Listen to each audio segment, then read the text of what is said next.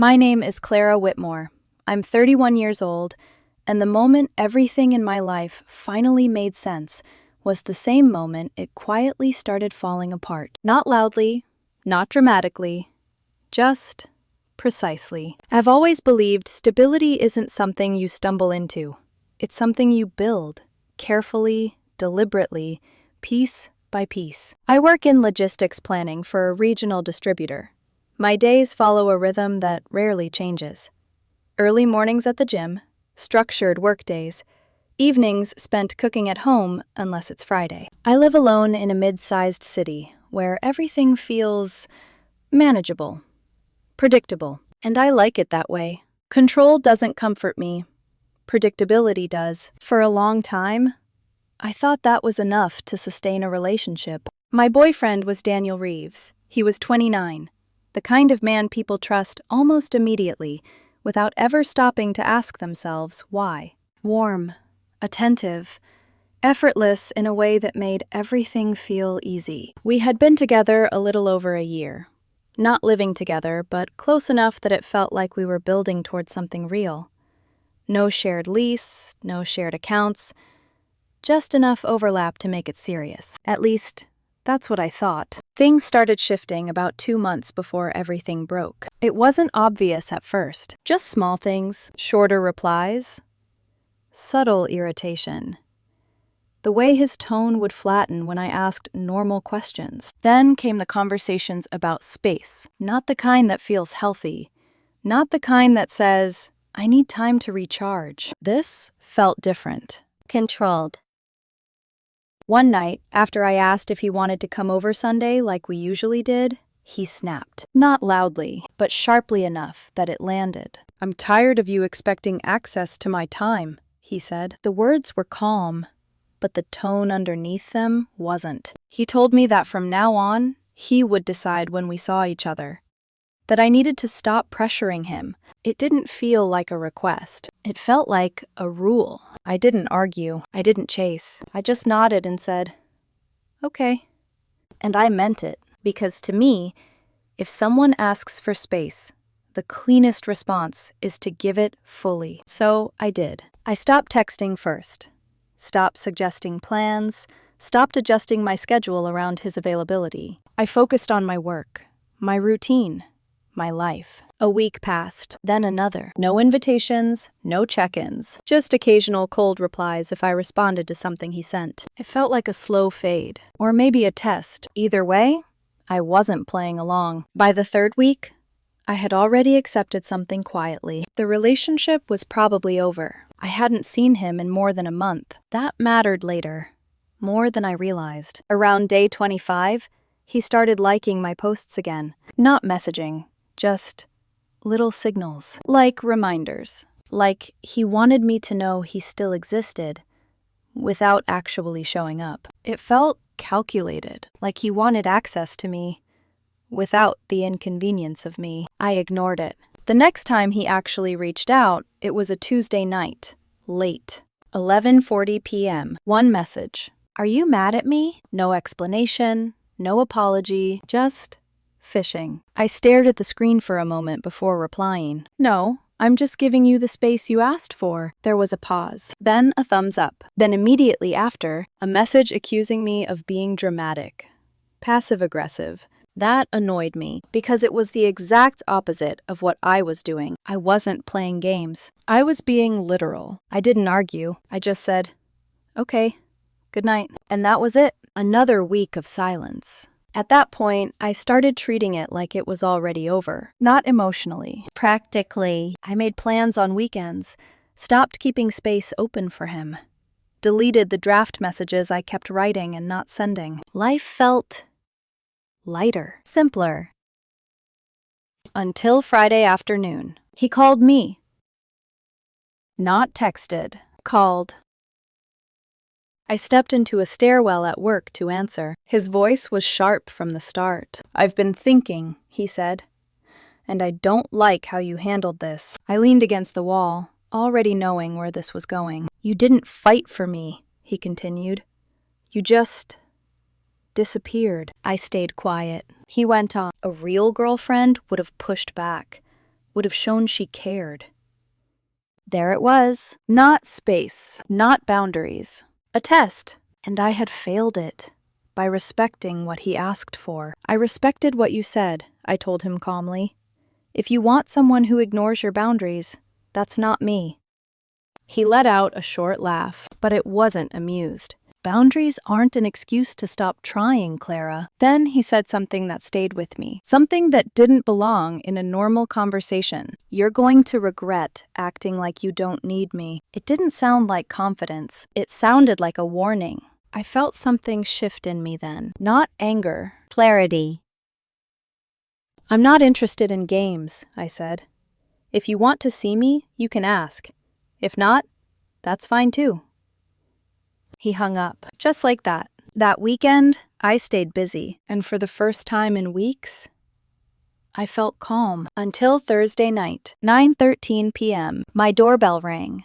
I wasn't expecting anyone. When I opened the door, Daniel was standing there. He looked wrong. Hair messy, hoodie pulled tight, eyes red like he hadn't slept. There was something frantic in the way he was breathing, something unstable. And in his hand, a pregnancy test. My stomach didn't drop. It didn't spike. It just stilled. He stepped inside without waiting, like nothing had changed, like he still belonged there. He sat down on my couch, placed the test on the table, and buried his face in his hands. I need to tell you something, he said. His voice shook. I didn't sit down. I stayed standing, watching, Measuring. He looked up at me. I'm going to be a father. The words hung in the air, heavy. But something about them didn't land. I didn't react. I just asked one question. How far along? He hesitated. 6 weeks. Maybe 7. I nodded slowly, running the numbers in my head, because that's what I do. And the numbers didn't work. We hadn't been together in over a month. Longer than that, actually. I said it out loud. Calm. Clear. The timeline doesn't include me. He waved his hand like I was being difficult. Bodies are weird. Tests aren't exact. And just like that, something shifted. The panic in his voice disappeared, replaced by irritation. This isn't the time to be cold, Clara, he snapped. I need you to step up. There it was again. Not vulnerability. Expectation. Pressure. I felt it clearly now. This wasn't a conversation. It was a move. I'm not calling you a liar, I said evenly. But this doesn't make sense. If you need support, we can talk about options. But I'm not taking responsibility for something that doesn't line up. His expression changed instantly. Sharp. Defensive. Of course you'd do this, he said, standing up. You disappear for weeks, and then act shocked when real life happens. I didn't raise my voice, didn't react emotionally. I just asked one thing. Is there someone else? For a split second, his face froze. Not guilt. Something closer to annoyance. That question alone tells me you're not ready for this, he said. Then he grabbed his bag, stormed toward the door. But before he left, he turned back. You're going to regret this, he said quietly. Everyone always does. The door slammed behind him, and just like that, the silence came back. I stood there for a moment, then looked down at the pregnancy test sitting on my table. It didn't feel real. It felt like a prop, like something placed there to force a reaction, not to start a conversation. And that was the moment something inside me settled. Not confusion, not fear. Understanding. Because whatever this was, it wasn't about a child. It was about control. I locked the door after Daniel left. Not because I was afraid of him, because something about the way he had stood in my apartment, the way he had placed that pregnancy test on my coffee table, like evidence, made my skin feel tight. I sat down slowly and stared at it. A small white stick, 2 lines. A crisis condensed into plastic. But the longer I looked at it, the less it felt like proof. It felt like theater. I kept replaying the conversation in my head. 6 weeks, maybe 7. Bodies are weird. Tests aren't exact. The timeline doesn't include me. Every sentence had been vague where it needed to be specific, emotional where it needed to be honest. And then there was his anger. That bothered me more than the claim itself. He hadn't looked scared when I questioned the timing. He looked offended, like I had refused my assigned role. I was still sitting there when my phone buzzed. Unknown number. The message was short. "Hey, this is awkward, but we need to talk about Daniel." I stared at it for almost a full minute, then replied, "Who is this?" A few seconds passed. "My name is Ethan. I know Daniel. I think you deserve to know what's going on." I felt my body go still again. That same quiet pause I get when a situation suddenly starts arranging itself into a pattern. I asked him what he meant. Ethan said he felt strange reaching out, but Daniel had mentioned me enough that he knew who I was. He said Daniel had been telling people we were basically broken up, but that I was still attached and couldn't accept it. That already sounded familiar. Too familiar. It matched the version Daniel had been trying to build around me. Cold Clara. Distant Clara. Clara who didn't fight hard enough, but somehow also wouldn't let go. I asked Ethan why he was contacting me now. His reply came slowly. "Because Daniel showed up at my place earlier tonight talking about his ex-girlfriend being pregnant. Then he said he was going to you because you were the stable one." I read that sentence twice. The stable one. Not the woman he loved. Not his partner. The stable one. A role. A function. A place to put the consequences. Ethan kept typing. He said Daniel had been panicked at first, but then started talking in a way that made him uncomfortable. About needing to keep things calm. About figuring out who would handle it better. About how I was practical and would do the right thing once I stopped overthinking. That made my stomach turn. Not because of jealousy, because of how transactional it sounded. Like I wasn't a person. I was an outcome. I told Ethan Daniel had just been at my apartment with the test. His response came back almost immediately. "Yeah, I figured." Then he sent screenshots. Nothing explicit, nothing dramatic, just enough. Daniel talking about needing space from me while keeping me close enough. Daniel saying I was predictable. Daniel saying I liked structure, so if things got serious, I would probably try to organize the mess instead of walk away from it. I sat there reading those messages with a calm that almost scared me. It was like seeing someone narrate your usefulness in their life without once mentioning your heart. Ethan apologized. He said he didn't want drama.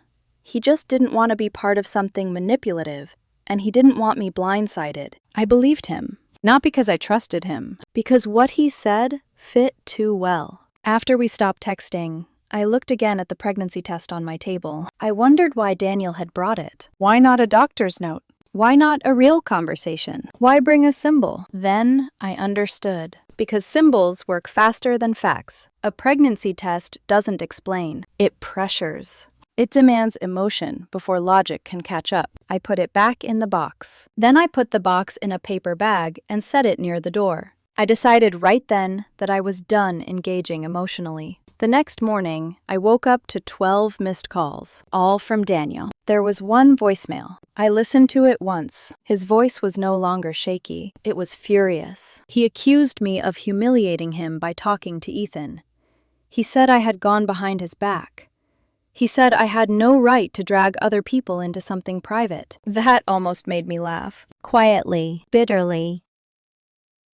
Because Ethan had contacted me. Because Daniel had been the one building multiple versions of the truth. Because somehow, even now, the crime wasn't what he had done. It was that I knew. An hour later, he texted, "I can't believe you're ignoring me while I'm dealing with something this serious." I replied once. "I'm aware of the situation.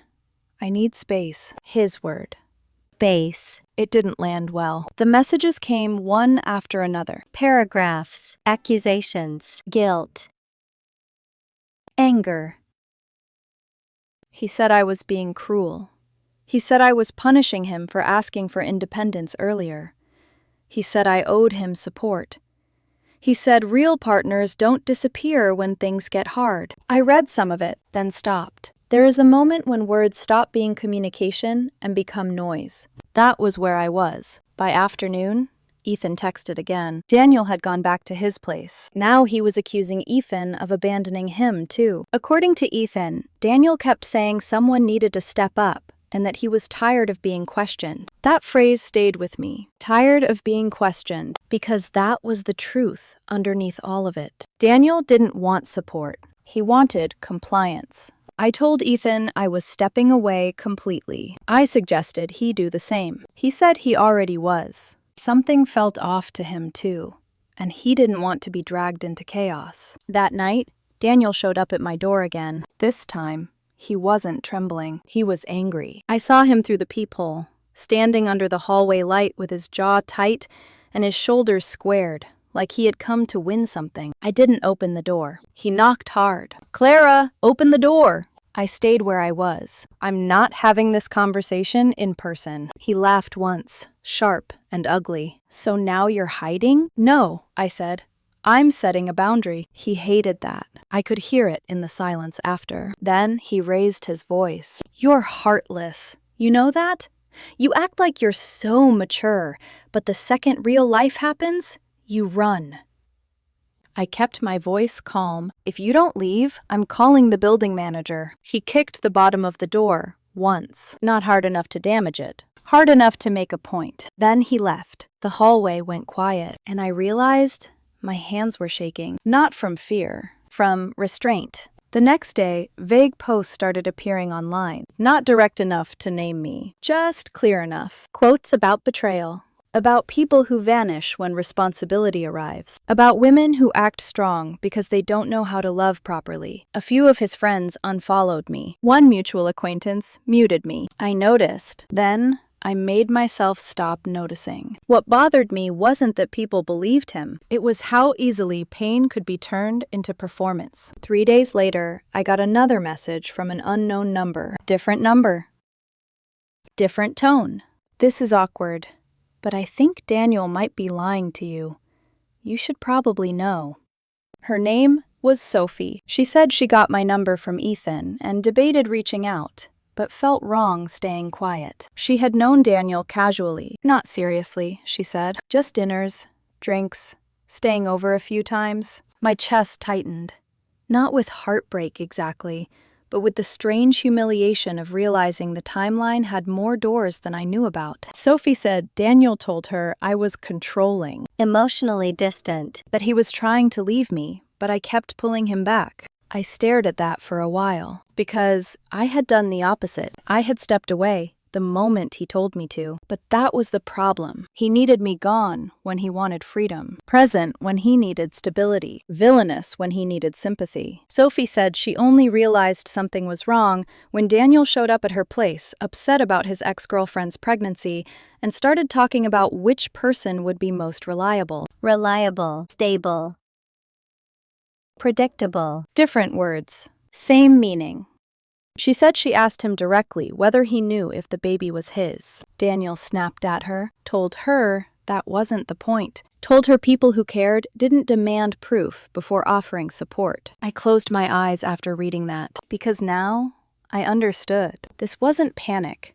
It was strategy. Messy strategy. Desperate strategy. But strategy. I thanked Sophie and told her I was stepping out entirely. She said she was doing the same. She wanted no part of whatever this was becoming. After that, I blocked Daniel everywhere. Phone, social media, email.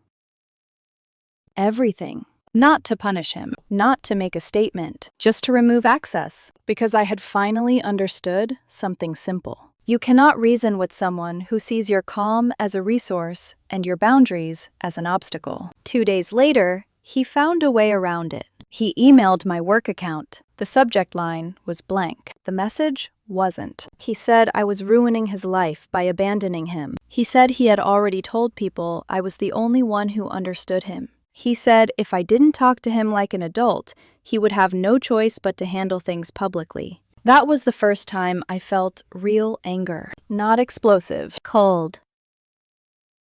Clean. Because he had taken every chance I gave him to be honest and turned it into leverage. So I replied one last time. Do not contact me at work again. Any further communication should be through legal counsel.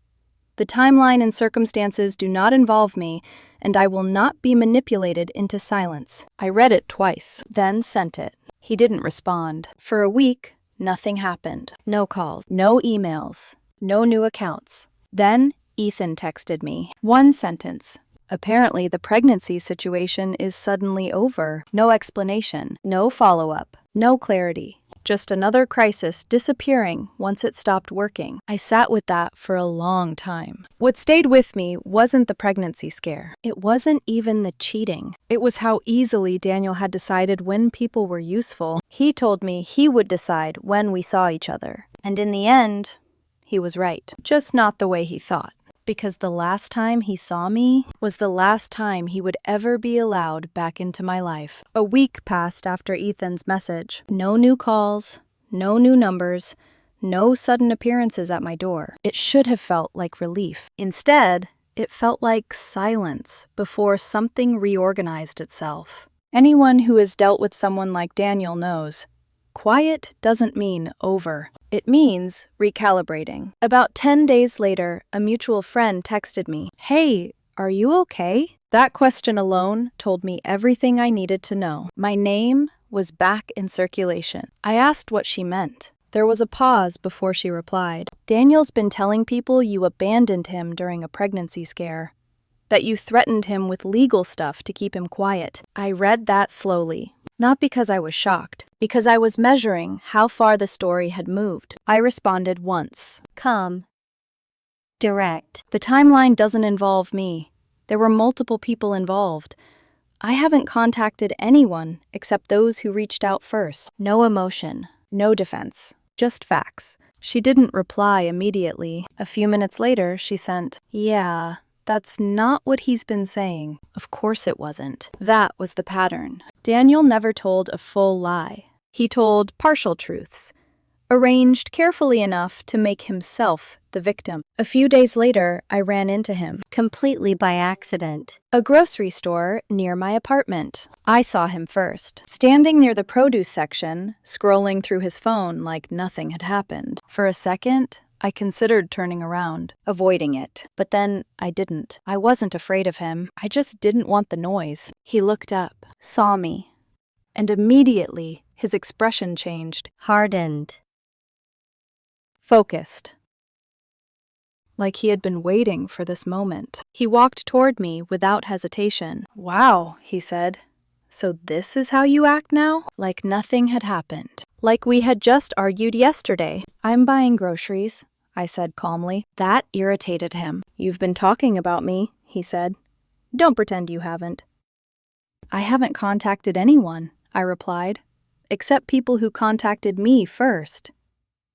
He rolled his eyes. "Everyone knows what kind of person you are now." That almost made me smile.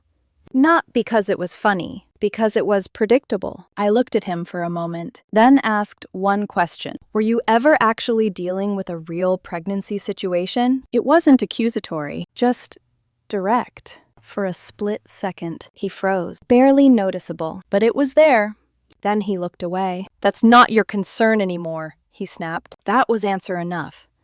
He grabbed a basket from the stack nearby and walked past me like the conversation had never happened, muttering something about karma under his breath. I stood there for a moment, then picked up the item I had come for and kept shopping. And what I felt surprised me. No anger, no sadness, just confirmation, because the story kept changing, but the pattern didn't. That night, I blocked a few more people. Not because they had done anything wrong, because I recognized curiosity disguised as concern. I tightened my circle, stopped explaining, stopped correcting. Silence, when used correctly, isn't avoidance. It's filtration. A month later, I heard through someone else that Daniel had moved in with someone new. Quickly.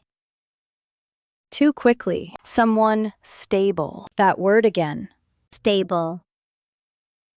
Reliable. Predictable. It wasn't a compliment. It was a requirement. A function. A role he needed filled. The irony wasn't lost on me. He wanted control so badly.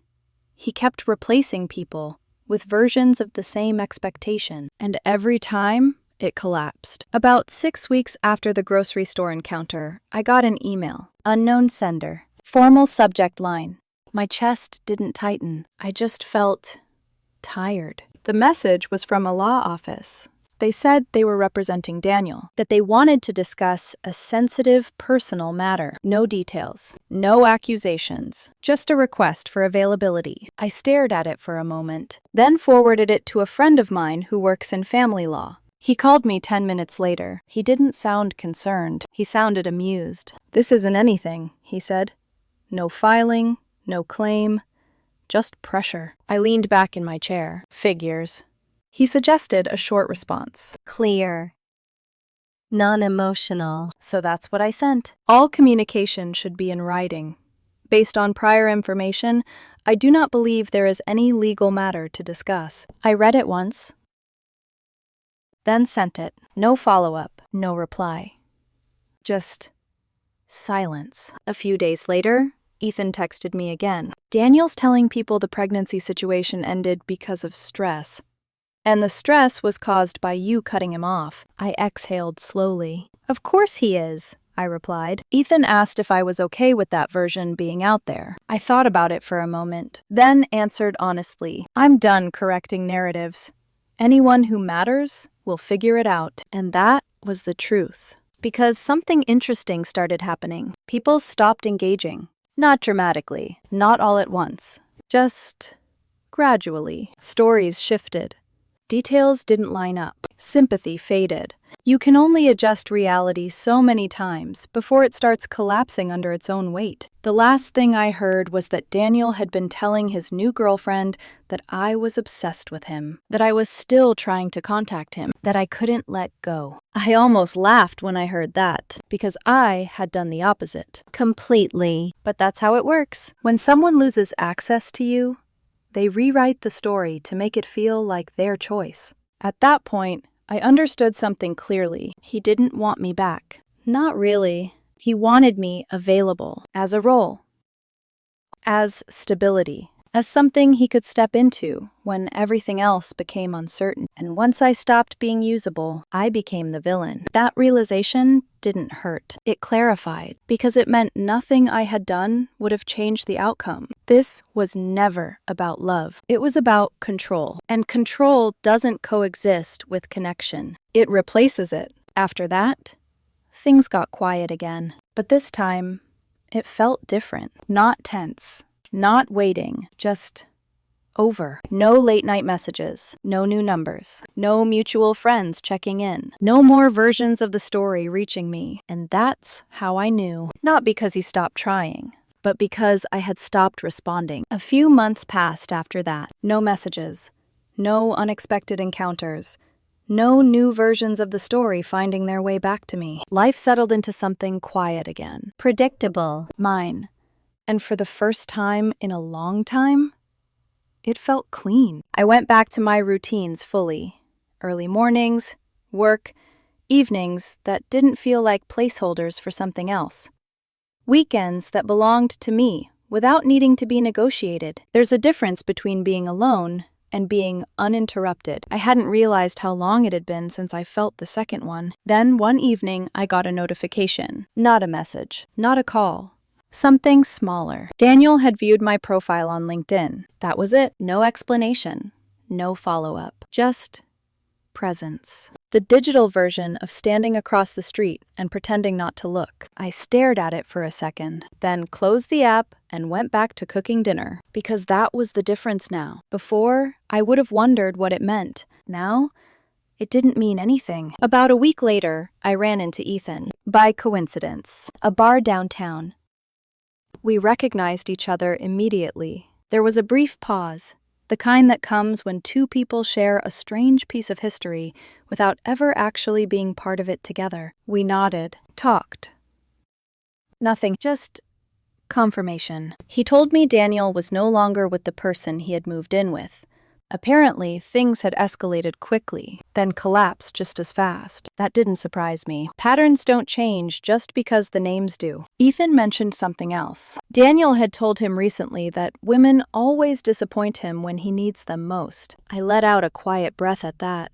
Not frustration, not anger, just recognition. Because I had heard a version of that before. just phrased differently. I told Ethan I hoped Daniel eventually figured out what he was actually looking for. What I didn't say was that he already had it. Control. Predictability. A system where people existed to fill roles on demand. The problem was, people aren't systems. They don't stay where you place them once they realize what they are to you. We finished our drinks, went our separate ways, and I didn't think about Daniel again that night, or the next, or the week after. That's how distance becomes permanent, not with a dramatic ending, but with the absence of repetition. Looking back now, the pregnancy test was never the point. It wasn't about a child. It wasn't even about fear. It was a lever, something dramatic enough to force urgency, to push me back into position after I stopped responding to pressure. And when it didn't work, it disappeared.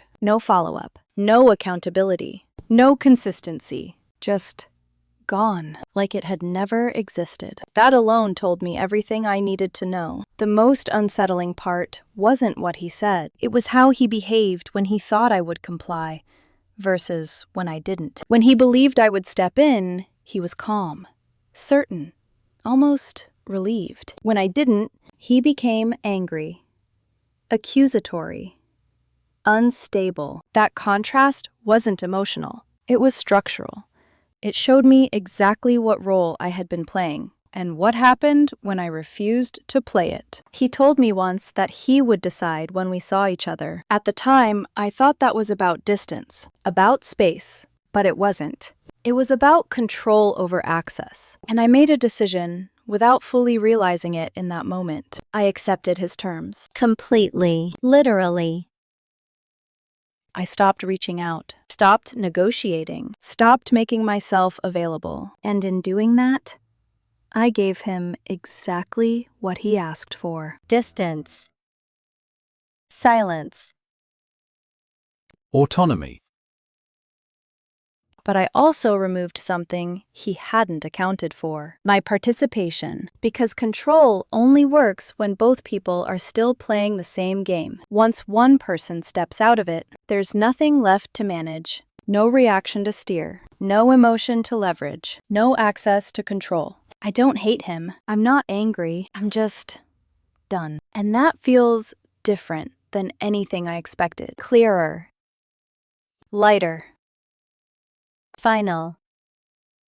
There was no single moment where everything fell apart. No explosion. No dramatic ending. It unraveled the second he decided that control mattered more than connection. Everything after that was just the consequence. If there's anything I learned from all of this, it's simple. When someone tells you they want control over access to you, believe them, and then decide whether you're willing to live on those terms. I wasn't. So I stepped back. I didn't argue. I didn't chase. I didn't try to prove my worth. I just stopped. And in that space, everything he was trying to hold together collapsed on its own. That was the part he didn't expect. That silence could be stronger than reaction. That absence could be more final than confrontation. That walking away doesn't always look like leaving. Sometimes it looks like staying exactly where you are and refusing to be moved.